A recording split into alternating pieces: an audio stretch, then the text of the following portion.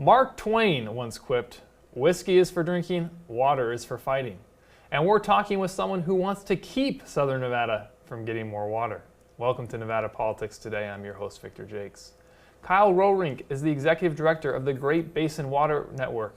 He previously worked for Congresswoman Dina Titus and used to be in the news business himself, once writing for the Las Vegas Sun. Kyle, welcome to the show. Howdy, Victor. So Las Vegas gets 90% of its water from Lake Mead. There's 2 million people here. Does Las Vegas need another source of water?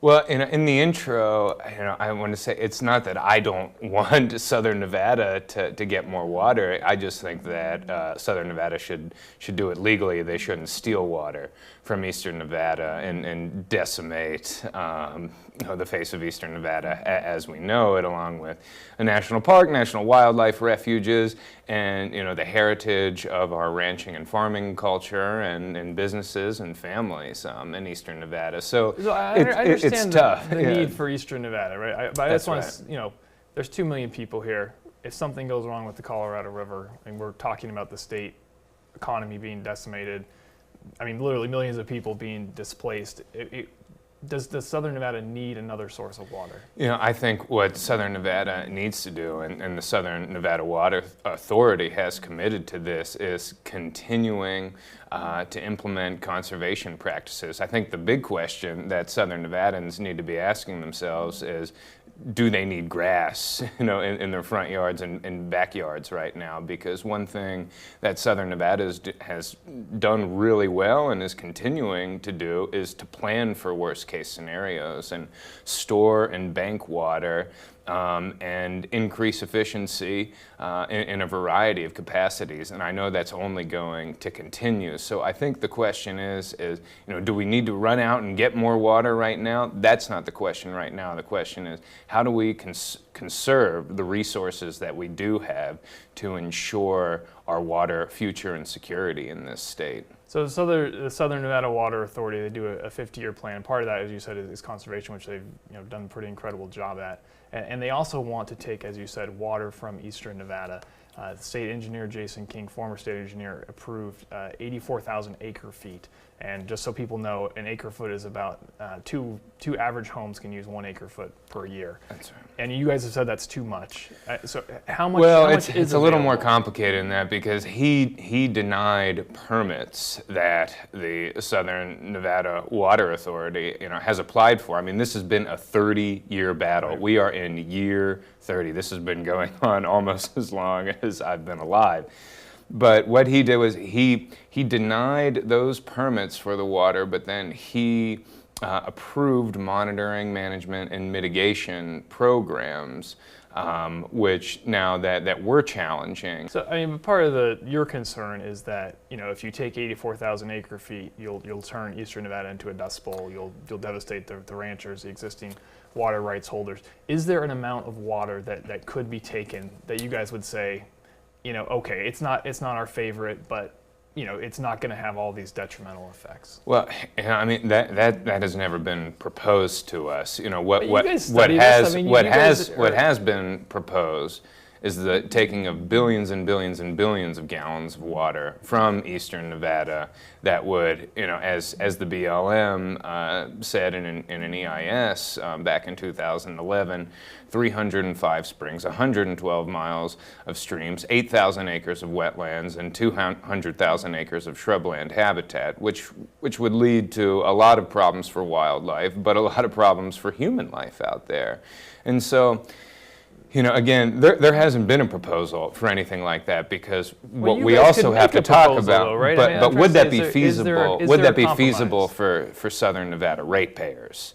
And that's the question, is the reason why this doesn't pencil out, the reason why this is horrible for Southern Nevadans is because, one, the water that the Southern Nevada Water Authority wants doesn't exist, and number two, so if you build, $15.5 billion worth of infrastructure to get water that doesn't exist, then then what are ratepayers really getting? They're not getting the resource that... But these are two separate questions, right? I mean, you could say, look, the pipeline is too expensive, but you could also say, there's not 84,000 acre feet, but there's 20,000 or 30,000. So that's what I'm wondering. I mean, are you guys willing to compromise and say, look, those there are conversations that we're not having right now. But you could have it. You could have it right here. We're talking.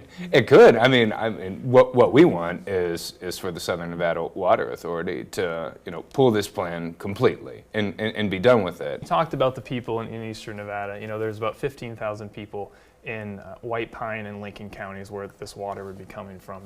That's a neighborhood in southern Nevada. Government has basically taken it upon itself to provide water.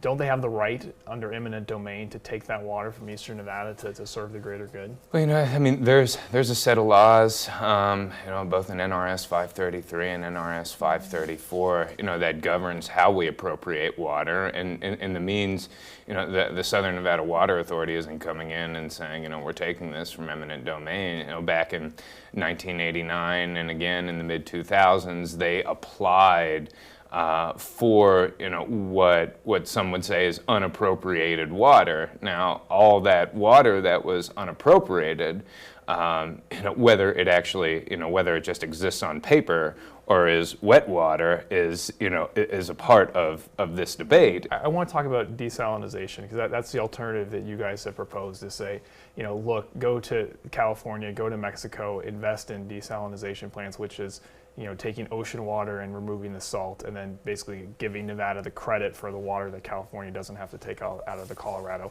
Let's go to graphic 1 and look at the plant in San Diego. The Carlsbad desalinization plant is a historic engineering marvel. It is a survivor, having endured 6 years of government permitting and the Carlsbad City Council to the California Coastal Commission. Supporters won 14 lawsuits and appeals by environmentalists before finally breaking ground in December 2012, and that's from the Bay Area News Group. And I guess my question is, if this is so much better for the environment, why are other environmental groups fighting these plants and dragging them through years of lawsuits? Yeah, I mean, you see it in Texas as well. We're not denying that problems exist out there.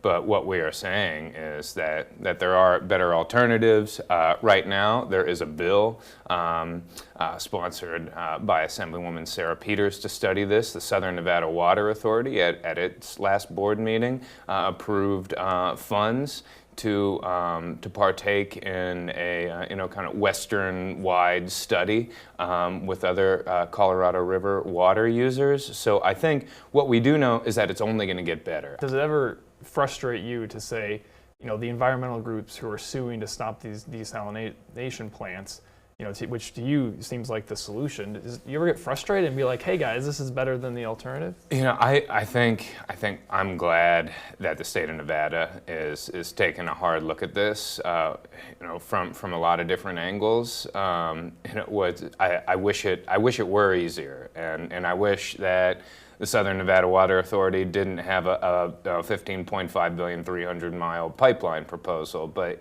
these are the confines in which we're working, and finding solutions is not easy. I know it involves sacrifice from everyone, and I think that's what I'm here to do, is to try and help figure this out collectively within multiple communities in this state. Does there need to be a moratorium on new construction in Southern Nevada until the water issue is figured out? I mean, I think we have to take a hard look at how we are developing and how many people are coming in. I mean, that's been a question here for decades. Before the bubble burst, you had people talking about putting rings around the valleys and measures like that. And so, I don't think anyone believes that you can't have new construction in Southern Nevada, but I think it's how we're doing the construction and how many people are we inviting here.